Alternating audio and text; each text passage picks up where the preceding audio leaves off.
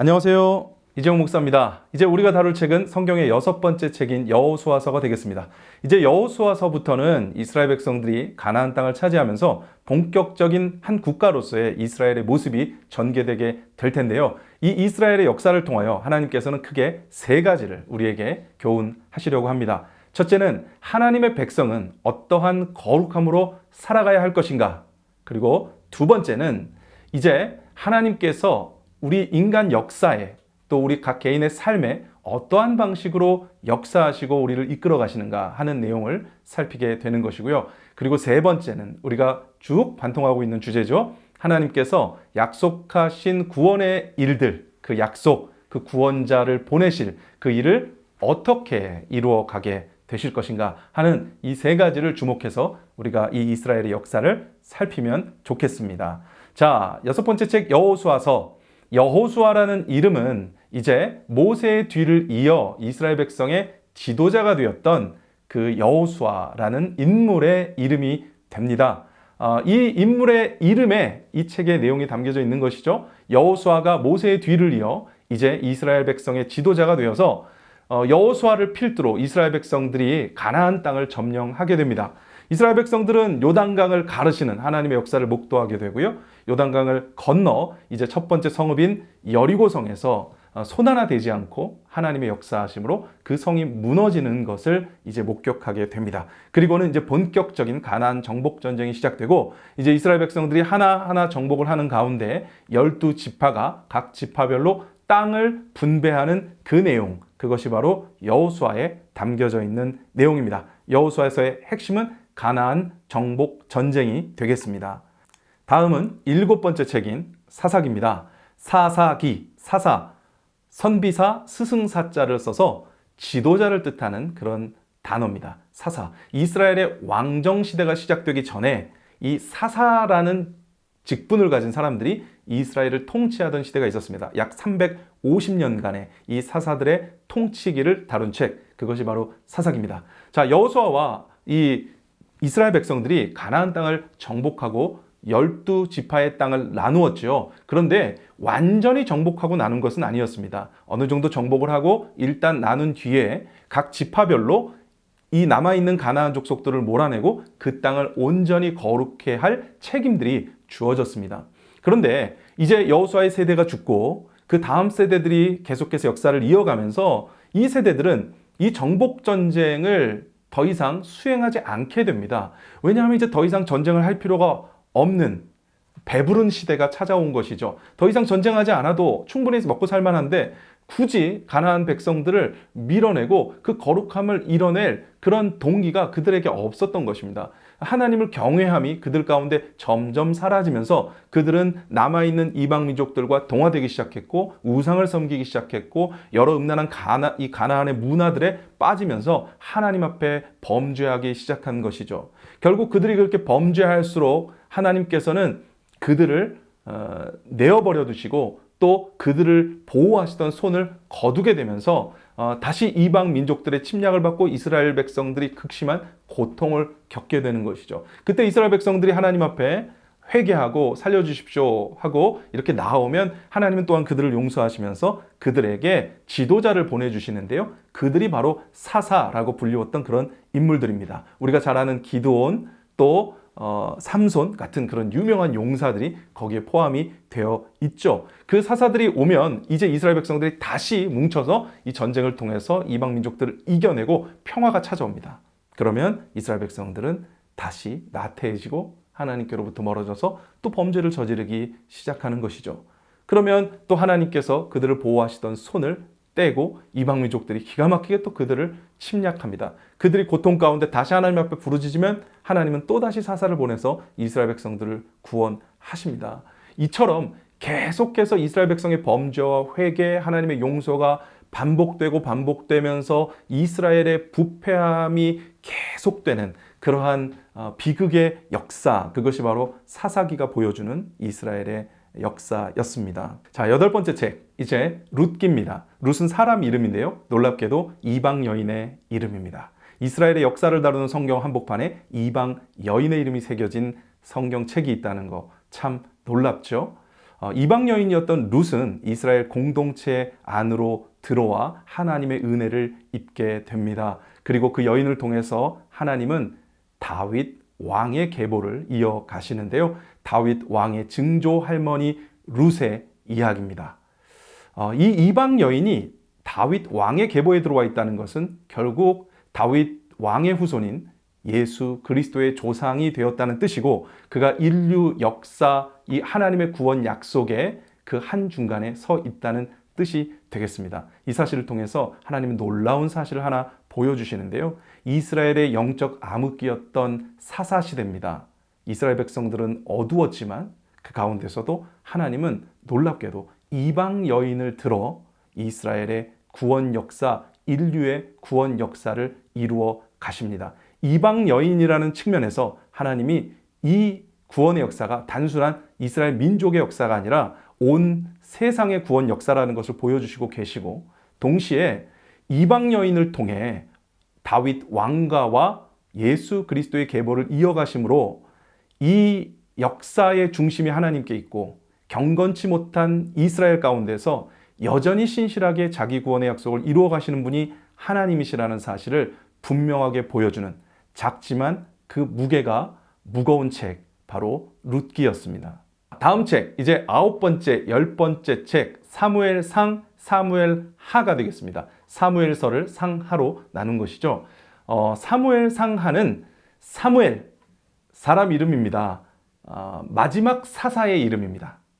그리고 그는 선지자였고 또한 제사장이기도 했던 이 세 가지 직분을 다 갖고 있었던 인물이죠. 이 사사는 어머니 한나가 아이를 낳지 못하는 괴로움 속에 하나님 앞에 기도하여 태어난 아이였는데요. 이 사무엘이 태어나 이제 하나님께 드려지고 이스라엘의 마지막 사사, 지도자가 됩니다. 이후 이 사무엘은 두 왕을 세우게 되는데요. 첫 번째 왕이 이스라엘 초대 왕이었던 사울이고, 다음에 세운 왕이 바로 저 유명한 다윗 왕입니다. 이 두 왕의 이야기가 사무엘 상하에 담겨져 있습니다. 사무엘 상에는 사울 왕의 이야기가 담겨져 있고요. 사무엘 하에는 다윗 왕의 이야기가 담겨져 있습니다. 사무엘 상에 이제 사울이라는 인물이 왕으로 세워지는데, 그는 처음엔 굉장히 겸손한 사람이었지만 이후에 하나님 앞에 교만해지고 왕위에 집착하고 또 사람들의 여론에 집착하면서 하나님과 점점 더 멀어지는 그런 행보를 보이게 됩니다. 결국 그는 하나님께 버림을 받고 하나님께서 다른 왕을 세우겠다고 선언하시면서 사무엘이 다윗이라는 한 소년 목동에게 왕의 기름을 붓게 되죠. 그리고 그 이후에 다윗은 저 유명한 다윗과 골리앗 사건을 통해서 역사의 전면에 부상하게 되고, 백성들이 다윗을 너무나도 칭송하자 사울이 다윗을 시기하고 자기 왕권의 위협을 느끼면서 계속해서 다윗을 죽이려는 시도를 하게 됩니다. 결국 다윗은 도망을 가게 되고요. 이방 나라들을 떠돌며 그 떠돌이 생활을 하게 되죠. 그러던 중에 사울이 결국 블레셋과의 전투에서 자기 아들들과 함께 비참한 최후를 맞게 되고, 그렇게 짧았던 한 세대의 사울 왕가의 역사는 막을 내리고 맙니다. 여기까지가 사무엘상, 사울 왕의 이야기였고요. 사무엘하로 넘어가면 이제 다윗 왕의 이야기가 시작됩니다. 사울이 전사하고 나서 다윗은 처음부터 이스라엘 전체의 왕이 된 것은 아니었습니다. 유다만 다윗을 왕으로 인정했죠. 결국 다른 지파들과 내전을 치를 수밖에 없었고 7년 반의 내전 끝에 통일 왕국의 왕이 된 다윗입니다. 천혜의 요새였던 예루살렘의 도읍을 삼고 그가 왕이 되어서 이제 날로 이스라엘이 부강해져 가고 다윗이 전성기에 이르렀을 때 비극적인 범죄가 일어나죠. 다윗이 자기 충신이었던 우리아의 아내를 범하고 그 사실을 감추기 위해서 우리아를 전쟁터에 나가 죽게 만들고 맙니다. 이 사건으로 다윗은 하나님 앞에 큰 회개를 해야 했고, 그러나 사울과는 달리 전심으로 하나님 앞에 돌아왔던 다윗은 하나님의 용서를 받지만, 그러나 그의 죄의 영향은 그의 자녀들에게 끼쳐지고 그 나라는 굉장히 혼란스러움 속에 다윗 자녀들이 서로를 죽이고 반란을 일으키는 그런 괴로움의 역사를 이후 겪게 되고 말죠. 그리고 다윗에게도 이제 점점 죽음이 찾아옵니다. 이것이 사무엘 하의 이야기입니다. 결국 하나님께서 세우신 두 왕의 이야기인데 이 두 왕의 차이점은 누가 더 하나님 앞에 훌륭했는가가 아니라는 걸 알 수 있죠. 똑같이 범죄하였으나 하나님 앞에 돌아오지 않은 사울과 하나님 앞에 돌아왔던 다윗의 이야기, 그것이 사무엘이 세웠던 두 왕의 이야기, 사무엘상하였습니다. 네, 이제 11번째, 12번째 책 열왕기 상하가 되겠습니다. 제목 그대로 여러 왕들의 역사입니다. 자, 이제 다윗 왕이 죽고 아들 솔로몬이 왕위에 오릅니다. 연약했던 솔로몬은 하나님께 지혜를 구하죠. 그리고 하나님께서 그를 기쁘게 여기셨고 솔로몬에게 지혜와 엄청난 부와 권력도 주시게 됩니다. 이 솔로몬이 하나님께 성전을 봉헌하면서 이스라엘은 그야말로 이 아름다운 국가의 정점을 이루게 되는데요. 그러나 안타깝게도 이 솔로몬이 이후에 범죄하고 하나님을 떠나면서 이스라엘의 비극의 씨를 뿌리게 됩니다. 솔로몬 이후에 이제 이스라엘은 두 나라로 갈리는 분단의 비극을 겪게 됩니다. 남쪽에는 솔로몬의 아들이었던 르호보암이 왕이 되었지만 이제 북쪽의 10지파가 분리되어 나가서 북왕국을 이루고 여로보암이라는 새로운 왕을 세우게 됩니다. 이제로부터 남왕국과 북왕국 이 두 나라의 왕들의 역사가 이어지게 되는데요. 이 남쪽 왕국은 그래도 솔로몬의 또 다윗의 계보의 왕들이었고 그 가운데에서 좀 훌륭한 왕, 또 하나님 앞에 돌아왔던 왕도 있었고 굉장히 악한 왕들도 있었지만 북왕국은 그렇지 못했습니다. 계속된 쿠데타가 일어났고 왕조가 그렇게 오래 지속되지 못하는 가운데 계속 왕조가 뒤바뀌면서 점점 더 악행이 짙어져가는 북왕국의 역사를 보게 됩니다. 북왕국에는 단 한 번도 개혁적인 왕이 나오지 못하고 계속 악행을 저질렀는데요. 그 악행의 정점에는 소위 오므리 왕조라고 하는 왕조가 있었습니다. 그 왕조의 가장 유명한 인물 아합, 그리고 그 안에 이세벨의 이야기가 이 열왕기 상의 중심에 자리 잡고 있습니다. 그 악한 왕을 대적하는 하나님의 선지자가 보내지게 되는데요. 그가 저 유명한 엘리야죠. 이 아합과 엘리야의 이야기, 그리고 아합 왕이 결국 아람과의 전쟁에서 죽게 되면서 열왕기 상이 마무리가 됩니다. 그리고 열왕기 하에서 이제 아합이 죽고 남아있던 오므리 왕조의 역사가 어떻게 비참하게 끝이 나는지, 그리고 그 뒤로 계속해서 타락의 일로를 걸었던 북왕국은 결국 아수르의 침략에 의해서 기원전 722년경 완전히 멸망하게 되는 사건이 열왕기 하에 기록이 돼 있고요. 한편 남유다는 어땠을까요? 남유다는 개혁적인 왕도 나왔고 하나님 앞에 돌이킨 또 그런 모습들도 있었고 또 다윗 왕가의 정통성을 이었던 그런 왕조였기 때문에 이 북왕국보다 150년 정도 더 가기는 했으나 그러나 결국 남왕국도 하나님 앞에 계속된 범죄의 반복, 다시 돌이켰다가 더 상황이 악화되는 그런 범죄들로 치달으면서 결국 기원전 586년경 아수르를 무너뜨리고 새로운 신흥 제국으로 부상한 바벨론의 침공으로 완전히 멸망하게 되고 맙니다. 그렇게 이스라엘의 여러 왕들의 역사는 범죄로 점철되면서 결국 이스라엘의 멸망으로 마무리되게 됩니다. 하나님 앞에 범죄했던 여러 왕들과 이스라엘의 비극의 역사, 열왕기 상하였습니다. 네, 이제 13번째, 14번째 책인 역대상하입니다. 진할역, 시대대 기록할 기, 지난 시대를 기록한 역사책이 바로 역대상하인데요. 자, 이스라엘이 왕정 시대를 거치면서 이제 사울 왕 이후에 다윗 왕정, 그리고 남북 분열 왕국, 그리고 멸망까지의 시간들을 우리가 사무엘 상하, 열왕기 상하를 통해 살펴보았습니다. 그런데 무슨 또 지난 역사를 기록할 내용이 있었을까요? 시기적으로는 사무엘 상하, 열왕기 상하의 내용을 그대로 담고 있는 것이 역대 상하입니다. 그래서 역대 상에서는 사무엘 상하와 시대가 겹친 내용을 기록하고 있고요. 또 역대 하에서는 열왕기 상하와 시대가 겹쳐 있는 그 내용을 기록하고 있습니다. 그런데 이렇게 다시 동일한 시대를 기록할 필요가 있었던 것은 그 시대를 바라보는 관점의 차이가 있었기 때문이죠.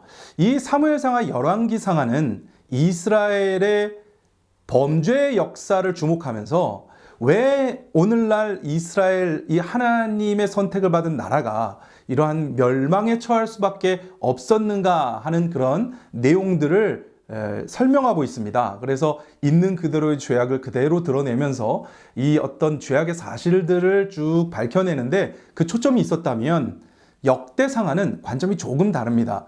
역대상하는 소위 제사장적 관점이라고 해서 이스라엘이 비록 이렇게 멸망하였지만 그럼에도 불구하고 이스라엘은 온 세상을 향한 제사장 나라로서 하나님께서 이스라엘을 통하여 인류의 구원자를 보내시고 모든 민족을 구원하시겠다고 하신 약속이 여전히 살아있음을 드러내는 그런 책입니다. 그래서 역대상 처음에 보면요, 족보가 등장을 하는데요. 이 족보는 아브라함을 넘어서 아담 그리고 하나님에 이르기까지 온 인류의 족보로서 등장하는 것을 볼 수 있고요. 그리고 역대상에서는 이런 이스라엘의 범죄의 역사가 생략되거나 오히려 간과되고, 그 범죄가 아닌 하나님께서 그 이스라엘 역사 속에 여전히 일하고 계시고 은혜를 베푸신다라는 관점에서의 내용들이 많이 설명이 됩니다. 그래서 예를 들어 열왕기상하의 중심에 보면 그 오므리 왕조 아합과 이세벨의 어떤 죄악의 내용들과 엘리야와의 어떤 대척점, 이런 죄악의 내용들이 중심에 자리 잡고 있는 반면, 역대상하에서는 그 동일한 시기를 기록할 때 오히려 남유다의 왕 여호사밧에게 집중하면서 이스라엘 가운데 하나님의 구원의 언약이 여전히 있음을, 하나님의 은혜가, 하나님의 구원이, 약속이 여전히 흐르고 있음을 보여주고 있다는 것이죠. 그러한 관점에서 이제 나라가 망해버린 이스라엘 백성들에게 그럼에도 불구하고 여전히 제사장 나라로서 하나님의 은혜가 그들 가운데 있다는 것을 밝혀주는 책, 그 새로운 역사의 기록이 바로 역대상하의 기록이 되겠습니다. 네, 이제 15번째 책 에스라서입니다. 에스라는 율법 학자의 이름인데요. 그가 누구이기에 여기에 이름이 기록되어 있을까요? 자, 이제 우리 열왕기상하, 역대상하를 통해서 이스라엘이 멸망했다는 사실을 알게 되었습니다. 이스라엘 백성들은 바벨론 포로로 다 뿔뿔이 끌려가게 되었고요. 예루살렘은 완전히 무너졌고 하나님의 성전도 무너져 버리고 말았습니다. 그러나 이스라엘의 역사는 그렇게 끝이 나는 것이 아니었습니다. 이제 유다 말기에 활동했던 예레미야라는 선지자가 있는데요. 그 선지자가 하나님의 말씀을 예언했습니다. 이스라엘이 멸망할 것이지만, 유다가 멸망할 것이지만, 그러나 멸망 후에 70년이 되면 다시 예루살렘으로 돌아올 수 있을 것이다 라고 말입니다. 과연 그 예언이 이루어질까요? 네, 이루어지죠.